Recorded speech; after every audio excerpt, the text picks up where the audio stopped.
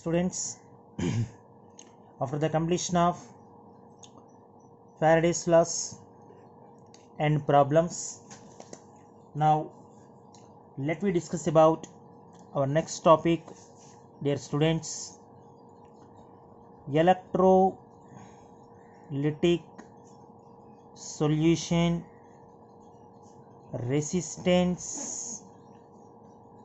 and conductance.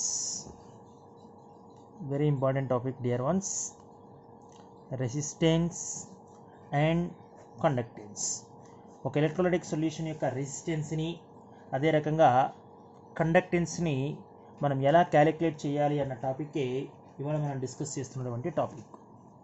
Very very important topic బంగారం ఇది IP and objective point of view.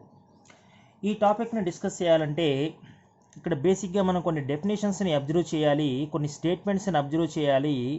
అందులో first statement వచ్చేసరికి Ohm's లా. మీ ఫిజిక్స్లో కూడా వస్తుంది, లోయర్ క్లాసెస్లో కూడా వస్తుంది ఓమ్స్ లా అనేది. ఒక ఎలక్ట్రోలైటిక్ సొల్యూషన్కి మనం అప్లై చేసినటువంటి పొటెన్షియల్ డిఫరెన్స్ అనేది ఆ ఎలక్ట్రోలైటిక్ సొల్యూషన్లో పాస్ అవుతున్నటువంటి కరెంట్కి ఎప్పుడు డైరెక్ట్లీ రిలేటెడ్ ఉంటుంది. So this is what we call simply Ohm's law. The applied potential is always directly proportional to the amount of current passed in it. If we remove proportionality constant, then we are introducing a new constant with the letter R into I.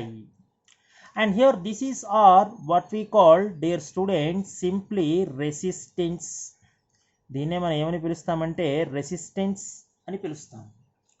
So మన definitions ఇప్పుడు resistance నుంచి start అవుతాయి my dear students. Sir రెసిస్టెన్స్ని ఎలా define చేస్తాం sir? Very interesting one dear students. Resistance is simply A phenomena of opposing flow of current. Opposing flow of current. So resistance is simply A property or A phenomena which just oppose the flow of current. Current యొక్క ఫ్లోని of చేసేటువంటి property ఏదైతే ఉందో దాన్నే మనం ఏమని పిలుస్తాం రానన్న? Resistance అని పిలుస్తాం. దీని యూనిట్స్ వచ్చేసరికి రానన్న సింప్లీ ఓమ్. లేదా మన సింబల్స్లో చూపించాల్సి వస్తే కనుక ఈ రకమైనటువంటి సింబల్లో కూడా మనం చూపించే ప్రయత్నం చేస్తాం రానన్న ohm. So this the first basic definition what is resistance dear students. Now let me define another definition అన్న specific resistance. Very very important one, specific resistance, or we may also be called this is resistivity. దీన్నే మనం resistivity అని కూడా పిలుస్తాం, which is represented by letter, my dear students, rho. rho అనే లెటర్తో దీన్ని మనం చూపించడం జరుగుతుంది. ఎలా సార్ స్పెసిఫిక్ రెసిస్టెన్స్ని మనం డిఫైన్ చేసేది? డియర్ స్టూడెంట్స్, దీనికోసం ఒక చిన్న డయాగ్రామ్ తీసుకుంటాను, ఒక ఎలక్ట్రోలైటిక్ సొల్యూషన్ తీసుకుంటాను మీకోసం నేను. జస్ట్ లుక్ ఎట్ నాన్న, this is an electrolytic solution రా. లోపల మనం ఏదైనా ఒక యాక్వస్ సాల్ట్ సొల్యూషన్ని తీసుకుందాం, ఎనీ యాక్వస్ సాల్ట్ సొల్యూషన్ అన్న ఇది. ఇక్కడేమో ఒక క్యాథోడ్ని ప్లేస్ చేద్దాం, ఇక్కడేమో ఒక యానోడ్ని ప్లేస్ చేద్దాం. రెండింటిని తీసుకెళ్ళి మనం బ్యాటరీకి కనెక్ట్ చేద్దాం నాన్న. ఓకేనా? ఇప్పుడు నేనేమంటానంటే ఈ రెండు ఎలక్ట్రోడ్స్ మధ్య ఉన్నటువంటి డిస్టెన్స్ ఏదైతే ఉందో దీన్ని స్మాల్ ఎల్తో రిప్రజెంట్ చేస్తా. Distance between two electrodes. Each electrode యొక్క క్రాస్ సెక్షన్ ఏరియా ఏదైతే ఉందో క్రాస్ సెక్షన్ ఏరియా దాన్ని స్మాల్ ఏతో రిప్రజెంట్ చేస్తా డియర్ స్టూడెంట్స్. ఓకేనా? సో ఇప్పుడు మనం మామూలుగా ఆలోచిస్తేనేనన్నా ఈ రెసిస్టెన్స్ ఆర్ అనేది it is always directly proportional to the length between two electrodes. ఎప్పుడైతే length between two electrodes increase అవుతూ ఉంటుందో కరెంట్ ఫ్లో తగ్గుతూ ఉంటుంది. కరెంట్ ఫ్లో తగ్గుతుందంటే అర్థం రెసిస్టెన్స్ పెరుగుతోంది అని. సరీ, గాట్ ఇట్. అందువల్లనే resistance length between two electrodes కూడా ఎప్పుడూ డైరెక్ట్లీ రిలేటెడ్గా ఉంటాయి. But resistance is always inversely proportional to cross section area. ఓకేనా? ఒకవేళ లార్జ్ క్రాస్ సెక్షన్ ఏరియా ఉన్నటువంటి ఎలక్ట్రోడ్ తీసుకున్నాను అనుకోనన్నా, రెసిస్టెన్స్ కేవలం హాఫ్ పార్ట్లో పనిచేస్తూ ఉన్న రిమైనింగ్ హాఫ్ పార్ట్లో ఎలక్ట్రాన్ ఫ్లో ఉంటుందన్నమాట. అంటే క్రాస్ సెక్షన్ ఏరియా ఇంక్రీజ్ అవుతూ ఉంటే dear students, cross section area increase అవుతూ ఉంటే కరెంట్ ఫ్లో పెరుగుతుంది. కరెంట్ ఫ్లో పెరుగుతుందంటే రెసిస్టెన్స్ తగ్గుతున్నట్లే కదా. సో కాబట్టి resistance dear students cross section area of ఎలక్ట్రోడ్కి ఇన్వర్స్లీ ప్రపోర్షనల్ ఉంటుంది. ఇప్పుడు దీన్ని ఈక్వేషన్ 2 అనుకుని రెండింటిని కంబైన్ చేసామనుకోనన్నా, so R is directly proportional to L/A అనమాట. ఓకేనా? ప్రపోర్షనాలిటీ కాన్స్టెంట్ తీసేసాను అనుకోనన్నా, so R is equal to rho into L/A అనమాట. ఈ రో ఏదైతే ఉందో దీన్నే మనం ఏమని పిలుస్తామంటే స్పెసిఫిక్ రెసిస్టెన్స్ అని పిలుస్తాం, లేదా మరో పేరు దీనికి రెసిస్టివిటీ. ఓకేనా? దీన్నే మనం రెసిస్టివిటీ అని పిలుస్తాము, లేదా దీనికే ఉన్నటువంటి మరో పేరు ఏంటంటే మనకి స్పెసిఫిక్ రెసిస్టెన్స్ అనమాట. వెరీ వెరీ ఇంపార్టెంట్ వన్ నాన్న, చాలా జాగ్రత్తగా గమనించాలి. సో ఎలా డిఫైన్ చేస్తాం సార్ మనం? నాన్న ఇప్పుడు లెంత్ బిట్వీన్ 2 ఎలక్ట్రోడ్స్ 1 యూనిట్ రా, 1 సెంటీమీటర్ అనుకుందాం. క్రాస్ సెక్షన్ ఏరియా కూడా 1 యూనిట్ స్క్వేర్ నాన్న, 1 సెంటీమీటర్ స్క్వేర్ అనుకుందాం ఇది. ఓకేనా? ఇవి రెండు 1 1 అయిపోయాయి అనుకోరా నాన్న. మరి ఆర్ ఈజ్ ఈక్వల్ టు రో కదరా. ఇవన్నీ ఐపీఈలో 2 మార్క్స్ క్వశ్చన్స్ మీకు. డిఫైన్ స్పెసిఫిక్ రెసిస్టెన్స్ అంటాడు. So specific resistance is nothing but resistance of an electrolytic solution in which the 2 electrodes are separated by 1 unit distance and the cross section area of each electrode is 1 unit square. ఇప్పుడు నేను నోటితో చెప్పిన డెఫినేషన్ని నువ్వు నోట్స్లో రాసుకోవాలి. Once again I recall, resistivity is nothing but the resistance of an electrolytic solution in which the 2 electrodes are separated by 1 unit distance and the cross section area of each electrode is 1 unit square. వాడు ఏమంటాడంటే units of రో చెప్పమంటాడు, units of రో చెప్పంటాడు. ఓకేనా? Units of specific resistance చెప్పంటాడు మనల్ని. రోని మాత్రమే అక్కడ ఉంచి మిగిలినవి మాత్రం ఇటు తీసుకొచ్చేసావు అనుకోనన్న ఆర్ ఇంటూ A/L అవుతుంది. అంతేనా? చూడు ఈ ఈక్వేషన్లో రోని మాత్రమే ఇక్కడ ఉంచి మిగిలినవన్నీ ఇటు పట్టుకెళ్ళిపో. అప్పుడు ఏమవుతుంది నాన్న? ఆర్ ఇంటూ A/L అవుతుంది. ఆర్ యూనిట్స్ ఏంటి సార్? నీకు ఆల్రెడీ క్లారిటీ ఉంది. ఆర్ యూనిట్స్ ఓం కదా, రెసిస్టెన్స్కి యూనిట్స్. ఏకి యూనిట్స్ ఏంటి సార్? ఏ అంటే సెంటీమీటర్ స్క్వేర్ ఏరియా కదా. ఎల్కి యూనిట్స్ ఏంటి సార్? లెంత్ కదరా నాన్న, సెంటీమీటర్. అంటే యూనిట్స్ ఏమవుతున్నాయి రా నాన్న? సింపుల్గా రెసిస్టివిటీకి ఓం సెంటీమీటర్ ఇన్వర్స్. రైట్ బంగారం? చూడండి, ఓం సెంటీమీటర్ ఇన్వర్స్. సో ఈ రకంగా మనం స్పెసిఫిక్ రెసిస్టెన్స్కి యూనిట్స్ని కూడా ఇచ్చే ప్రయత్నం చేయించడానన్న మనం ఆబ్జెక్టివ్ పాయింట్ ఆఫ్ వ్యూలో. పిల్లలు ఓకేనా? ఓ ఐఎమ్ సారీ నాన్న, సెంటీమీటరే కదా. I'm sorry. Centimetre square by centimetre అంటే సెంటీమీటర్, అంటే ఓం సెంటీమీటర్ అనమాట. సిజిఎస్ యూనిట్స్లో అయితే ఓం సెంటీమీటర్ అంటాం ఏనన్నా. అదే ఒకవేళ ఎస్ఐ సిస్టంలో అనుకోనన్నా, ఎస్ఐ సిస్టంలో ఏమని పిలవాలి? దీన్ని ఓం మీటర్ అని పిలవాలి. సింపుల్గా ఓం మీటర్ అవుతుందన్నమాట. సో ఇది రానన్నా మన నెక్స్ట్ సెకండ్ డెఫినేషన్ రానన్నా, అది స్పెసిఫిక్ రెసిస్టెన్స్. ఫస్ట్ డెఫినేషన్ ఏమో రెసిస్టెన్స్ నాన్న, సెకండ్ డెఫినేషన్ ఏమో స్పెసిఫిక్ రెసిస్టెన్స్ రానన్న. ఓకేనా? ఇక థర్డ్ డెఫినేషన్ దగ్గరికి వచ్చేసరికి రానన్న, వెరీ వెరీ ఇంపార్టెంట్ డెఫినేషన్ రా బంగారం. ఇది conductance, most important one. Conductance represented with the letter G అనే లెటర్తో చూపిస్తాం. కండక్టెన్స్ అని ఎలా డిఫైన్ చేస్తాం సార్? దీనికి పెద్ద డెఫినేషన్ ఏం అక్కర్లేదురా. Conductance is nothing but reciprocal of resistance. Simple definition. Resistance యొక్క రెసిప్రోకలే కండక్టెన్స్. ఎందుకంటే కండక్టెన్స్ రెసిస్టెన్స్ ఓదాంతో కూడా ఇన్వర్స్లీ రిలేటెడ్ కదా. సో రెసిప్రోకల్ ఆఫ్ రెసిస్టెన్స్ అనమాట. సార్ యూనిట్స్ పరిస్థితి ఏంటి సార్? యూనిట్స్ పరిస్థితి ఏంట్రా నాన్న? 1/ఓం కదరా. అవునా? 1/ఓంని అయితే మనం ఓం ఇన్వర్స్ అనైనా చదవచ్చు డియర్ స్టూడెంట్స్. తర్వాత డెఫినేషన్ రా నాన్న, మీకు మరోసారి నేను మళ్ళీ క్లారిటీ ఇస్తాను. థర్డ్ డెఫినేషన్ వచ్చేసరికి this is nothing but conductance రా నాన్న. ఓకేనా? ఎలా డిఫైన్ చేస్తాం సార్ కండక్టెన్స్ని? కండక్టెన్స్ని యాక్చువల్గా మనం జీ అనే లెటర్తో చూపించే ప్రయత్నం చేస్తాం. So conductance G is nothing but what sir? Conductance G is nothing but reciprocal of resistance. ఎందుకంటే రెసిస్టెన్స్కి ఆపోజిటే కండక్టెన్స్. యూనిట్స్ ఏమవుతాయి సార్ దీనికి? నాన్న యూనిట్స్ ఏమవుతాయిరా చూడు, 1/r కదరా. 1/r అంటే ఏమిరా? ఓం ఇన్వర్స్ కదా.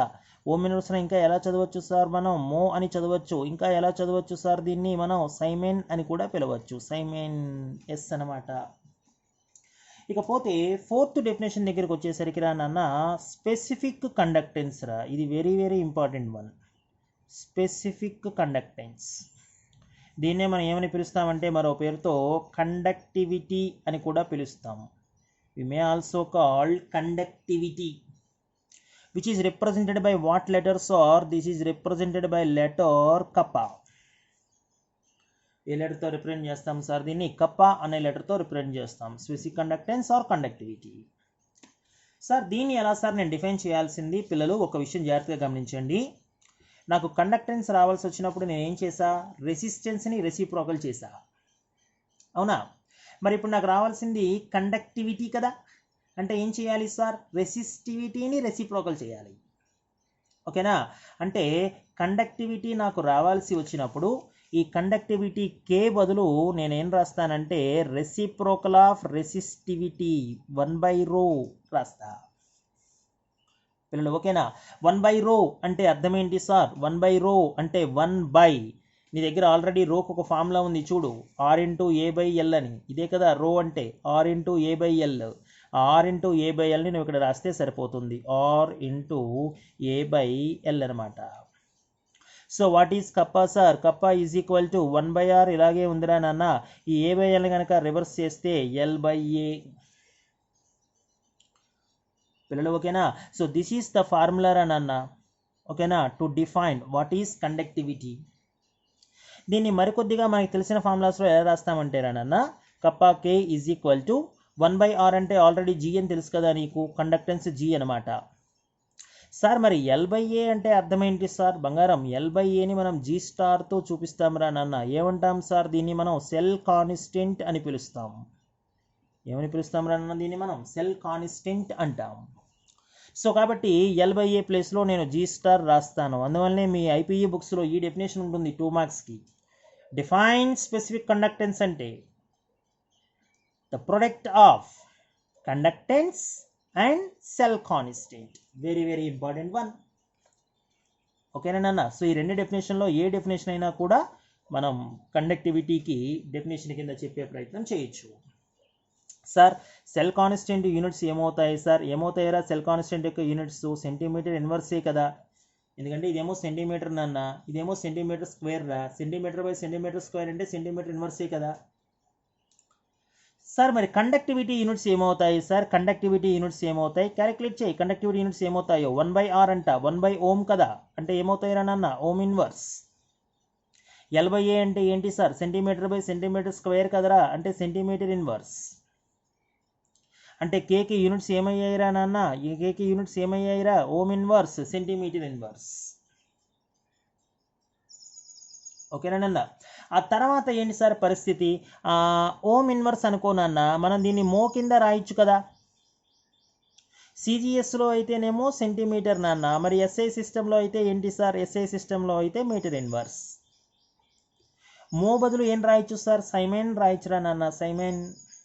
మళ్ళీ మీటర్ ఇన్వర్స్ యాజ్ యూజువల్ నాన్న, మీటర్ ఇన్వర్స్. సో ఈ రకంగా డిఫరెంట్ యూనిట్స్ ఉంటాయిరా నాన్న మనకి స్పెసిఫిక్ కండక్టెన్స్కి, లేదా దాన్నే మనం పిలిచే మరో పేరు ఏంటంటే కండక్టివిటీ. సో ఈ 5 డెఫినేషన్స్ని నేను కొద్దిగా జాగ్రత్తగా గమనించాలిరా నాన్న. ఫస్ట్ డెఫినేషన్ వచ్చేసరికి రెసిస్టెన్స్, ఓకేనా. సెకండ్ డెఫినేషన్ వచ్చేసరికి స్పెసిఫిక్ రెసిస్టెన్స్. థర్డ్ డెఫినేషన్ వచ్చేసరికి కండక్టెన్స్. ఫోర్త్ డెఫినేషన్ వచ్చేసరికి స్పెసిఫిక్ కండక్టెన్స్. ఫిఫ్త్ డెఫినేషన్ వచ్చేసరికి సెల్ కాన్స్టెంట్, ఓకేనా నాన్న. ఇవి మనకి ఐపీఈలో ఒక్కొక్కటి ఒక్కొక్క 2 మార్కుల క్వశ్చన్ రా నాన్న. ఆబ్జెక్టివ్లో కూడా ఈ డెఫినేషన్స్తో మనకి చాలా పని ఉంది. అందువల్ల ఈచ్ అండ్ ఎవ్రీ డెఫినేషన్ని మీరు చాలా జాగ్రత్తగా గుర్తుపెట్టుకోవాల్సిన అవసరం ఉంది రా నాన్న ఆబ్జెక్టివ్ పాయింట్ ఆఫ్ వ్యూలో. వాడు మనకి స్పెసిఫిక్ కండక్టెన్స్కి మరొక డెఫినేషన్ కూడా చెప్తాడు. ఏ రకంగా చెప్తాడంటే, స్పెసిఫిక్ కండక్టెన్స్ అంటే ఇప్పుడు ఫర్ ఎగ్జాంపుల్ ఎల్ వాల్యూ కనుక 1 యూనిట్ అయ్యి ఏ వాల్యూ కనుక 1 యూనిట్ స్క్వేర్ అయ్యింది అనుకో నాన్న. ఫర్ ఎగ్జాంపుల్ ఇది 1 మీటరు, ఇదేమో 1 మీటర్ స్క్వేర్ అయింది అనుకోరా. టోటల్ వాల్యూమ్ ఎంత అవుతుంది చూడు, టోటల్ వాల్యూమ్ ఎంత అయిందిరా, టోటల్ వాల్యూమ్ 1 మీటర్ క్యూబ్ కదా. అంటే 1 మీటర్ క్యూబ్ స్పేస్లో ఉన్నటువంటి 1 మీటర్ క్యూబ్ ఎలక్ట్రోలైటిక్ సొల్యూషన్లో ఉన్నటువంటి కండక్టెన్స్ ఏదైతే ఉందో దాన్నే మనం ఏమని పిలవచ్చుట, స్పెసిఫిక్ కండక్టెన్స్ అని పిలవచ్చుట, లేకపోతే దానికే మరో పేరు కండక్టివిటీ అని కూడా వాడు చెప్పే ప్రయత్నం చేస్తాడు. అంటే 1 యూనిట్ క్యూబ్ వాల్యూమ్ అనమాట. 1 యూనిట్ క్యూబ్ వాల్యూమ్లో ఉన్నటువంటి టోటల్ కండక్టెన్స్నే మనం కండక్టివిటీ అని పిలవచ్చు, లేదా దానికే మరో పేరు స్పెసిఫిక్ కండక్టెన్స్ అనమాట డియర్ స్టూడెంట్స్. సో ఇప్పుడు ఈ డెఫినేషన్ తర్వాత నాన్న నేను ఇక్కడ మీకు ఆబ్జెక్టివ్ పాయింట్ ఆఫ్ వ్యూలోను ఐపీఈలోను మోస్ట్ ఇంపార్టెంట్ డెఫినేషన్స్ ఇచ్చే ప్రయత్నం చేస్తున్నాను. అందులో ఫస్ట్ వన్ ఏంటంటే నాన్న, ఐ థింక్ 6th డెఫినేషన్, ఇది మోలార్ కండక్టెన్స్. ఓకేనా, మోలార్ కండక్టెన్స్, లేదా దీన్నే వాడు మోలార్ కండక్టివిటీ అని కూడా పిలుస్తాడు. సింపుల్గా ఏ లెటర్తో చూపిస్తామంటే దీన్ని మనం క్యాప్ ఎం అనే లెటర్తో చూపిస్తాం. ఏ లెటర్ రానన్నా ఇది క్యాప్ ఎం. ఎలా డిఫైన్ చేస్తాం సార్ మోలార్ కండక్టెన్స్ని? మోలార్ కండక్టెన్స్ అంటేనన్నా the total conductance of VCC of solution. Total VCC ఉంది, వి క్యూబిక్ సెంటీమీటర్ ఉంది, ఎంత ఉందో మనకి తెలియదు. టోటల్ విసిసి ఆఫ్ సొల్యూషన్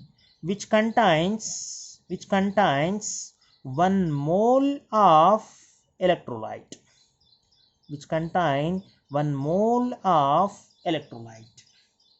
అందులో 1 mole electrolyte ఉంది. And the length between 2 electrodes is, which are separated by, dear students, the length between 2 electrodes is 1 centimeter and the cross section area of each electrode is 1 centimeter square. ఆ electrolytic సొల్యూషన్లో ఉన్నటువంటి length between 2 electrodes ఏమో 1 centimetre ఉండాలి, cross section area ఏమో 1 centimetre square ఉండాలి. So అటువంటి సొల్యూషన్లో ఉన్నటువంటి total VCC solution యొక్క కండక్టెన్స్నే మనం ఏమని పిలుస్తామంటే ఇక్కడ మోలార్ కండక్టెన్స్ అని పిలిచే ప్రయత్నం చేస్తాం. సో ఇప్పుడు నేను స్టేట్మెంట్ రూపంలో చెప్తాను, నీకు నోట్స్లో రాసుకునేటప్పుడు జాగ్రత్త. So molar conductance is nothing but the conductance of VCC of a solution contains 1 mole of electrolyte in which the 2 electrodes are separated by 1 centimeter distance and the cross section area of each electrode is 1 centimeter square, dear students. So ఆ రకంగా ఉన్నటువంటి conductance ఏదైతే ఉందో దాన్ని మనం molar conductance అంటాం. Formula ఏంటి sir molar కండక్టెన్స్కి ఇంతకీ? So molar conductance is simply nothing but specific conductance K into total volume what we consider VCC. ఎందుకంటే ఇప్పుడే చెప్పావు నువ్వు కండక్టెన్స్ అంటే ఒక యూనిట్కి కండక్టెన్స్, ఒక యూనిట్ వాల్యూమ్కి కదా. మరి మోలార్ కండక్టెన్స్ అంటే సార్ టోటల్ నువ్వు తీసుకున్నది విసిసి. సో ఒక యూనిట్కి వచ్చినటువంటి కండక్టెన్స్ని టోటల్ వాల్యూమ్ పెట్టి మల్టిప్లై చేస్తే, ఒక యూనిట్ వాల్యూమ్కి వచ్చినటువంటి కండక్టెన్స్ని టోటల్ వాల్యూమ్ పెట్టి మల్టిప్లై చేస్తే ఆ వచ్చేటువంటి కండక్టివిటీ ఏదైతే ఉందో దాన్నే మనం మోలార్ కండక్టివిటీ అని పిలుస్తాం. మోలార్ కండక్టివిటీ అని అంత గట్టిగా ఎలా చెప్తున్నాడంటే వీడు లోపల ఎలక్ట్రోలైటిక్ సొల్యూషన్ వీడు తీసుకున్నది 1 మోల్, అందువల్ల వాడు దాన్ని మోలార్ కండక్టివిటీ అంటున్నాడు. పిల్లలు ఓకేనా? ఇప్పుడు నీకు ఒక క్లారిటీ తీసుకొస్తాను చూడు. నేను నీకు మొలారిటీ ఫార్ములా తెలుసా? స్టాయికోమెట్రీలో ఏం రాస్తావురా? Molarity formula number of moles by volume రాస్తావు. I'm right or wrong? వాల్యూమ్ని ఎందులో రాస్తావు? లీటర్లో రాస్తావు. వాడు ఆల్రెడీ 1 మోల్ అంటున్నాడు. 1 మోల్ అంటే అర్థం ఏంట్రా నాన్న? ఇది 1 అయిపోయింది అంటే 1/లీటర్. నేను అడుగుతాను నిన్ను, అరే బాబు నాకు మిల్లీ లీటర్లో రాయరా అంటాను. మిల్లీ లీటర్లో రాయమంటే నువ్వు 1000/V రాస్తావు. 1 మిల్లీ లీటరే కదరా 1 cc ఏనన్నా. సో కాబట్టి ఇక్కడ వి ప్లేస్లో నువ్వేం రాయొచ్చు సార్? ఈ వీనిటి పట్టుకొచ్చేస్తే నువ్వేం రాయొచ్చురా నాన్న? 1000/m రాయొచ్చురా, molarity. ఓకేనా? సో కాబట్టి ఇక్కడ λm ఫార్ములా ఏమవుతోంది సార్? మోలార్ కండక్టివిటీ ఫార్ములా అంటే specific conductivity K into 1000/M రా నాన్న, which represent molarity. So this is the formula rananna to calculate molar conductance or simply molar conductivity. ఓకేనా? ఇది ఎందులో సార్? ఇది ఎందులో? ఒకవేళ నువ్వు తీసుకున్నటువంటి కండక్టెన్స్ K గనక ఓమ్ ఇన్వర్స్ సెంటీమీటర్ ఇన్వర్సుల్లో ఉన్నప్పుడు, ఒకసారి ఆబ్జెక్టివ్లో ఏం చేస్తారంటే కండక్టెన్స్ని నేను ఓమ్ ఇన్వర్స్ సెంటీమీటర్ ఇన్వర్స్లో కాదు ఓమ్ ఇన్వర్స్ మీటర్ ఇన్వర్సుల్లో తీసుకున్నాను అంటాడు. ఓకేనా? మరి ఓమ్ ఇన్వర్స్ మీటర్ ఇన్వర్స్లో తీసుకున్నప్పుడు 1 మీటర్ క్యూబ్ అంటే ఎంత అయిందిరా? 10⁶ సెంటీమీటర్ క్యూబ్ కదా, అంతేనా? అప్పుడు పైన ఉన్న 1000 ఏమవుతుంది? కిందకు వస్తుంది అనమాట. అప్పుడు λm ఏమవుతుంది సార్? K/m. ఓకే, పైన ఉన్న 1000 కిందకి రావాలిరా నాన్న, ఇంటూ 1000 అవుతుంది. ఈ ఫార్ములా ఎప్పుడు సార్? ఒకవేళ కండక్టివిటీని కనుక మీటర్ ఇన్వర్సుల్లో ఇస్తే, ఒకవేళ కండక్టివిటీని కనుక సెంటీమీటర్ ఇన్వర్సుల్లో ఇస్తే నువ్వు ఈ ఫార్ములానే రాయాల్సి ఉంటుంది. ఆబ్జెక్టివ్లో వాడు మనల్ని కన్ఫ్యూజ్ చేయడం కోసం అప్పుడప్పుడు మీటర్ ఇన్వర్సుల్లో ఇస్తాడు. కానీ చాలామంది పిల్లలకి ఈ ఫార్ములా ఈజీ కాబట్టి వాళ్ళు మీటర్ ఇన్వర్సుల్లో ఇచ్చినా ఈ ఫార్ములా వేసి వచ్చేస్తారు. అప్పుడు ఆన్సర్ రాంగ్ అవుతుంది. సెంటీమీటర్ ఇన్వర్సుల్లో, ఎందుకంటే ఇది సీసీలు కదా, సెంటీమీటర్ క్యూబులు కదా. సీసీల్లో ఇస్తేనే మనం K ఇంటూ 1000/m రాయాలి. ఒకవేళ మీటర్ ఇన్వర్స్లో ఇస్తే కనుక K/m ఇంటూ 1000 రాయాలి డియర్ స్టూడెంట్స్. ఆబ్జెక్టివ్లో కూడా ఏం చేస్తున్నాడంటే, అరే బాబు నాకు లాంబ్డా ఎంకి యూనిట్స్ చెప్పంటున్నాడు. రీసెంట్గా నీట్లోను అదే రకంగా ఎంసెట్లోను కూడా ఈ బిట్లు చూసాం మనం లాస్ట్ 2-3 ఇయర్స్లో. లాంబ్డా ఎంకి యూనిట్స్ భయంకరమైన బిట్ ఇది.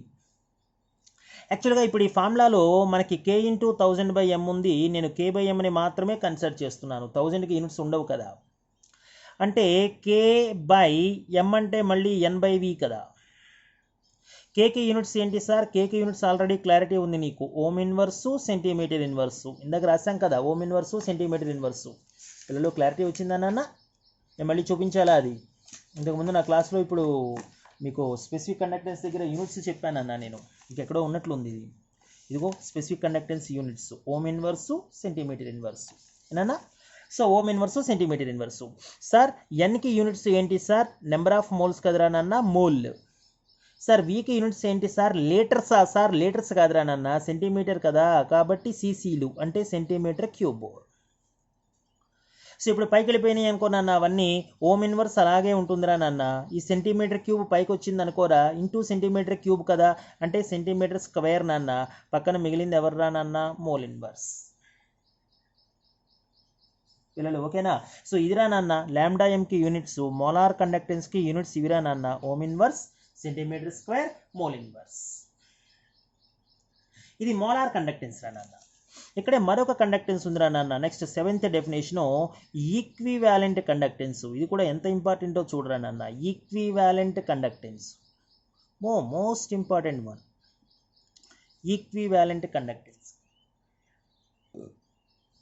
ఈక్వివాలెంట్ కండక్టెన్స్ని ఎలా డిఫైన్ చేస్తాం సార్? ఈక్వివాలెంట్ కండక్టెన్స్ని మనం లాంబ్డాతోనే ఈక్యూతో చూపిస్తాం. Equivalent conductance. దీని డెఫినేషన్ ఏంటి సార్? పిల్లలు యాస్టీస్గా మనకి మోలార్ కండక్టెన్స్ డెఫినేషన్ లాగానే ఉంటుంది. ఇక్కడ ఏమన్నావు? Conductance of VCC of solution which contains 1 mole of electrolyte అన్నావు. ఇక్కడ 1 mole ఆఫ్ ఎలక్ట్రోలైట్ అనం నాన్న. 1 గ్రామ్ ఈక్వివాలెంట్ వెయిట్ సబ్స్టెన్స్ అంటాం. 1 గ్రామ్ ఈక్వివాలెంట్ వెయిట్ సబ్స్టెన్స్. ఎందుకంటే స్టాయికోమెట్రీలో గుర్తుందా నాన్న? Molecular weight, equivalent wait. 1 mole తీసుకున్నాం అనుకోరా, మొలారిటీ అయ్యింది. 1 గ్రామ్ ఈక్వివాలెంట్ తీసుకున్నాం అనుకోరా, నార్మాలిటీ అవుతుంది. So 1 gram equivalent wait substance అనమాట. సో నేను డిఫైన్ చేస్తాను ఇప్పుడు, నోటితో జాగ్రత్తగా గమనించు. నేను ఓరల్గా ఏదైతే చెప్తున్నానో అది నీ నోట్స్లో స్టేట్మెంట్ కింద ఉండాలి ఏనన్నా. So equivalent conductance is nothing but the conductance of VCC of solution contains 1 mole కాదు, 1 gram equivalent weight of substance in which the 2 electrodes are separated by 1 centimeter distance and the cross section area of each electrode is 1 centimeter square. Sir దీనికి formula ఏమవుతుంది sir? Lambda యూకి formula ఏమవుతుందిరా నాన్న? K ఓకేరా into 1000 రా by molarity ఉండదురా నాన్న. Molarity ప్లేస్లో normality. Molarity ప్లేస్లో normality. ఎందుకంటే molecular weight consider చేసామనుకోరా, మాలిక్యులర్ వెయిట్ కన్సిడర్ చేసామనుకో, మోల్ కన్సిడర్ చేసామనుకో, మొలారిటీ అవుతుంది. నార్మాలిటీ కన్సిడర్ చేయాలంటే ఈక్వివాలెంట్ కన్సిడర్ చేయాలి, నార్మాలిటీ అవుతుంది. సార్ దీనికి యూనిట్స్ ఏమవుతాయి సార్? లాంబ్డా ఈక్యూకి యూనిట్స్ ఏమవుతాయి సార్? సేమ్ ఇక్కడలాగానే ఓమ్ ఇన్వర్స్ మామూలే, సెంటీమీటర్ స్క్వేర్ మామూలే. ఇక్కడేమో మోల్ ఇన్వర్స్ ఉంటుంది. మరి ఇక్కడ సార్ గ్రామ్ ఈక్వివాలెంట్ ఇన్వర్స్ ఉంటుంది. పిల్లలు ఆర్ యూ గాట్ ఇట్ నాన్న? గ్రామ్ ఈక్వివాలెంట్ ఇన్వర్స్, లేదా సింపుల్గా నువ్వు ఈక్వివాలెంట్ ఇన్వర్స్ రాసినా సరిపోతుంది. దీన్ని మనం ఈక్వివాలెంట్ కండక్టెన్స్ అని పిలుస్తాం. This is also very very important నాన్న. ఈ రెండింటిని చాలా జాగ్రత్తగా చూడాలి మనం. మోలార్ కండక్టెన్స్, అదే రకంగా equivalent conductance, most important one. Students, the next topic effect of dilution, dear students, on specific conductance, molar conductivity and equivalent conductivity. molar conductivity మీద, ఈక్వివాలెంట్ కండక్టివిటీ మీద, స్పెసిఫిక్ కండక్టెన్స్ మీద డైల్యూషన్ ఎఫెక్ట్ ఎలా ఉంటుంది? ఆబ్జెక్టివ్లో బంగారం mind blowing topic ఇది. ఐపీఈలో నేరుగా మనకి 4 marks question ఇది. ఎఫెక్ట్ ఆఫ్ డైల్యూషన్ ఎలా ఉంటుంది అన్నది. సో ఎఫెక్ట్ ఆఫ్ డైల్యూషన్ ఎలా ఉంటుంది అన్నది నేను మీకు ఎక్స్ప్లెయిన్ చేసే ప్రయత్నంలో భాగంగా డియర్ స్టూడెంట్స్ ఇక్కడ నేను మీకు ఏం చేస్తానంటే ఒక చిన్న వెజిల్ ఒకదాన్ని తీసుకుని ఏనన్నా ఒక చిన్న వెజిల్ ఒకదాన్ని తీసుకుని ఎలక్ట్రోలైటిక్ సొల్యూషన్ తీసుకుంటాను. ఏ సొల్యూషన్ తీసుకుంటారు sir? For example NaCl solution తీసుకుంటాను. ఏమైంది? ఓకేనా? ఈ NaCl సొల్యూషన్లో ఒక చిన్న గది డ్రా చేస్తాను, ఒక చిన్న పార్ట్. ఎంత సార్ ఇది? ఒక cc వాల్యూమ్ ఉన్నదనమాట, ఒక cc వాల్యూమ్ ఉన్న పార్ట్. నేను తీసుకున్నది NaCl కదరా, అంటే Na plus ions Cl minus ions ఉంటాయి. ఇందులో ఒక రెండేమో Na ప్లస్ అయాన్స్, రెండేమో Cl మైనస్ అయాన్స్ ఉన్నాయి అనుకుందాం. ఈ కేవలం ఈ స్మాల్ 1 cc వాల్యూమ్లో వచ్చినటువంటి కండక్టివిటీ ఏదైతే ఉందో అది స్పెసిఫిక్ కండక్టివిటీ రానన్న దాన్ని మనం K అనే లెటర్తో చూపిస్తాము. టోటల్ వాల్యూమ్ V అంటే టోటల్ వెజల్కి వచ్చినటువంటి కండక్టెన్స్ ఏదైతే ఉందో దాన్ని మనం λm మోలార్ కండక్టివిటీ అంటాం, లేదా ఈక్వివాలెంట్ కండక్టివిటీ అని కూడా పిలిచే ప్రయత్నం చేస్తాం. ఒక మోల్ తీసుకుంటే మోలార్ కండక్టివిటీ, ఒక గ్రామ్ ఈక్వివాలెంట్ సబ్స్టెన్స్ తీసుకుంటే ఈక్వివాలెంట్ కండక్టివిటీ. పిల్లలు ఓకేనా? ఇది బేసిక్ ఐడియా. ఇప్పుడు వాడేమంటాడంటే డియర్ స్టూడెంట్స్, నేను డైల్యూషన్ ఇంక్రీజ్ చేసేస్తాను అంటాడు. డైల్యూషన్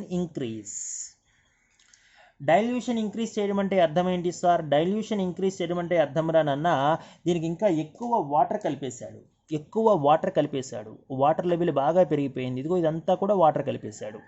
ఎప్పుడైతే వాటర్ లెవెల్ బాగా పెరిగిపోయిందో నాన్న ఈ స్మాల్ 1 cc వాల్యూమ్లో ఉన్నటువంటి 2 ప్లస్లు 2 మైనస్ల్లో కొన్ని అయాన్స్ బయటకు వచ్చే పరిస్థితి. ఎందుకంటే మరి వాల్యూమ్ పెరిగింది కదా. ఇప్పుడు ఎప్పుడైతే వాల్యూమ్ పెరిగిందో ఈ లోపల ఉన్నటువంటి అయాన్స్లో కొన్ని అయాన్స్ బయటకు వచ్చేస్తాయి. అంటే 1 cc వాల్యూమ్లో ఉన్నటువంటి నెంబర్ ఆఫ్ అయాన్స్ డిక్రీజ్ అయ్యాయి. 1 cc వాల్యూమ్లో ఉన్నటువంటి నెంబర్ ఆఫ్ అయాన్స్ డిక్రీజ్ అయ్యాయి. 1 cc ఉన్నటువంటి నెంబర్ ఆఫ్ అయాన్స్ డిక్రీజ్ అయ్యాయంటే అవి కండక్ట్ చేసే కండక్టివిటీ కూడా తగ్గుతుంది. కాబట్టి స్పెసిఫిక్ కండక్టెన్స్ డిక్రీజ్. ఎంత బాగా మాట్లాడాడో చూడు బంగారం, ఎంత బాగా మాట్లాడాడో చూడు. స్పెసిఫిక్ కండక్టెన్స్ డిక్రీజ్ అంటే K డిక్రీజ్. సార్ మరి λm λeq ఏమవుతాయి సార్? అరే నువ్వు పెంచింది డైల్యూషన్ కదరా. డైల్యూషన్ పెంచడం అంటే అర్థం ఏంట్రా? వాల్యూమ్ ఇంక్రీజ్ కదా, అంతేనా? మరి λm ఫార్ములా ఏంట్రా నాన్న? λm ఫార్ములా K/V కదరా. అంటే వాల్యూమ్ ఇంక్రీజ్ అయ్యింది అనుకో నాన్న, ఈ λm λeq కూడా ఏమవ్వాలిరా నాన్న? ఇంక్రీజ్ అవ్వాలి కదా. ఎక్కడ కన్ఫ్యూజ్ అవ్వకుండా చూడాలి. అందువల్లనే డైల్యూషన్ ఇంక్రీజ్ చేస్తే ఏం జరుగుతుంది సార్? డైల్యూషన్ ఇంక్రీజ్ చేస్తే కండక్టివిటీ డిక్రీజ్ అవుతుంది. λm λeq మాత్రం రెండు ఏమవుతాయి రనన్నా? ప్యారలల్గా ఇంక్రీజ్ అవుతాయి. అయితే ఇక్కడ మన టాపిక్ ఏంటంటే బంగారం, డైల్యూషన్ కాదు మనం చూడాల్సింది ఎఫెక్ట్ ఆఫ్ కాన్సన్ట్రేషన్ అనమాట. Most important one, effect of concentration. ఇది చూడాలి మనం, ఎఫెక్ట్ ఆఫ్ కాన్సన్ట్రేషన్ చూడాలి మనం. ఎఫెక్ట్ ఆఫ్ కాన్సన్ట్రేషన్ ఎలా ఉంటుంది సార్? బంగారం సందేహమే లేదురా. డైల్యూషను కాన్సన్ట్రేషను ఒకదానితో ఒకటి ఇన్వర్స్లీ ప్రపోర్షనల్ కదరా. ఏనన్నా ఇవి ఒకదానితో ఒకటి ఇన్వర్స్లీ ప్రపోర్షనల్ కదరా. కాన్సన్ట్రేషన్ పెంచడం అంటే అర్థం ఏంటి సార్? కాన్సన్ట్రేషన్ పెంచడం అంటే వాటర్ కలపడం కాదు, సొల్యూట్ కలపడం, అంటే NaCl కలిపేయడం. అంటే ఇప్పుడు 1 cc ప్లస్లు మైనస్ల నెంబర్ ఇంకా పెరిగిపోతుంది. అంటే ఇప్పుడు ఏమవుతుంది సార్? ఒకవేళ నువ్వు కాన్సన్ట్రేషన్ కనుక ఇంక్రీజ్ చేస్తే డియర్ స్టూడెంట్స్, 1 cc ప్లస్లు మైనస్లు పెరిగాయి కాబట్టి కండక్టెన్స్ ఇంక్రీజ్. కానీ నువ్వు కాన్సన్ట్రేషన్ పెంచావంటే అర్థం ఏంట్రా నాన్న? వాల్యూమ్ డిక్రీజ్ అవుతున్నట్లు కదా. మరి వాల్యూమ్ డిక్రీజ్ అయితే λm λeq రెండు ఏమవుతాయి రా నాన్న? డిక్రీజ్. ఇది ఆబ్జెక్టివ్లో అడుగుతాడు మనల్ని. డైల్యూషన్ పెంచితే ఎవరెవరు ఎఫెక్ట్ అవుతారు, ఏ రకంగా? కాన్సన్ట్రేషన్ పెంచితే ఎవరెవరు ఎఫెక్ట్ అవుతారు, ఏ రకంగా? ఇది మనల్ని ఆబ్జెక్టివ్లో అడిగేది వాడు. పిల్లలు ఓకేనా? అది తెలుసుకునే ప్రయత్నంలో భాగంగానే డియర్ స్టూడెంట్స్, వాడు ఏం చేస్తాడంటే మనకు ఒక చిన్న గ్రాఫ్ కూడా ఇస్తాడు. ఎవరెవరికి సార్ గ్రాఫ్ ఇది? డియర్ స్టూడెంట్స్ ఇక్కడేమో లాంబ్డా m తీసుకోమంటాడు మోలార్ కండక్టెన్స్, ఇక్కడేమో కాన్సన్ట్రేషన్ తీసుకోమంటాడు, C తీసుకోమంటాడు. సో కాన్సన్ట్రేషన్ ఇంక్రీజ్ అవుతూ ఉంటే డియర్ స్టూడెంట్స్, కాన్సన్ట్రేషన్ ఇంక్రీజ్ అవుతూ ఉంటే లాంబ్డా m లాంబ్డా ఈక్వల్ ఏమవ్వాలి సార్, డిక్రీజ్ అవ్వాలి. జీరో కాన్సన్ట్రేషన్ దగ్గర ఫర్ ఎగ్జాంపుల్ చాలా హై వాల్యూ ఉందనుకుందాం రా నాన్న, ఓకేనా, ఆ తర్వాత వాల్యూమ్ కాన్సన్ట్రేషన్ తగ్గుతూ ఉంటే ఈ మోలార్ కండక్టివిటీ వాల్యూ కూడా ఏమవ్వాలి సార్, గ్రాడ్యువల్గా డిక్రీజ్ అవుతూ ఉండాలి. ఇది ఏ ఎలక్ట్రోలైట్కి, ఫర్ ఎగ్జాంపుల్ KCl అనే ఎలక్ట్రోలైట్కి. ఆ తర్వాత NiSO4 ఎలక్ట్రోలైట్కి చూడు ఏ రకంగా ఉంటుందో, నికెల్ సల్ఫేట్ ఎలక్ట్రోలైట్కి NiSO4. ఆ తర్వాత ఎస్టిక్ యాసిడ్ ఎలక్ట్రోలైట్కి చూడు ఎలా ఉంటుందో, ఇది ఎస్టిక్ యాసిడ్ ఎలక్ట్రోలైట్ అంటే CH3COOH. ఇలా డిఫరెంట్ గ్రాఫ్స్ వస్తాయి మనకి. KClని ఏమంటామంటే K+Cl- కాబట్టి 1:1 ఎలక్ట్రోలైట్ అంటాం, యూనివాలెంట్ ఎలక్ట్రోలైట్ అనమాట. NiSO4 అంటే +2 -2 కాబట్టి 2:2 ఎలక్ట్రోలైట్ అంటాం, అంటే బైవాలెంట్ అనమాట. ఇవి రెండు కూడా స్ట్రాంగ్ ఎలక్ట్రోలైట్సే. కానీ ఆ తర్వాత ఉన్న ఎస్టిక్ యాసిడ్ ఉంది చూసావా, ఎస్టిక్ యాసిడ్ని ఏమంటామంటే మనం వీక్ ఎలక్ట్రోలైట్ అంటాం మనం దీన్ని, స్ట్రాంగ్ కాదు ఇది. సో వీక్ ఎలక్ట్రోలైట్కి ఎటువంటి గ్రాఫ్ వస్తుంది సార్, ఇదిగోరానన్నా వీక్ ఎలక్ట్రోలైట్స్కి ఇలాంటి గ్రాఫ్ వస్తుంది. సో ఇదిరా బంగారం effect of dilution and effect of concentration on conductivity, molar conductivity and equivalent conductivity.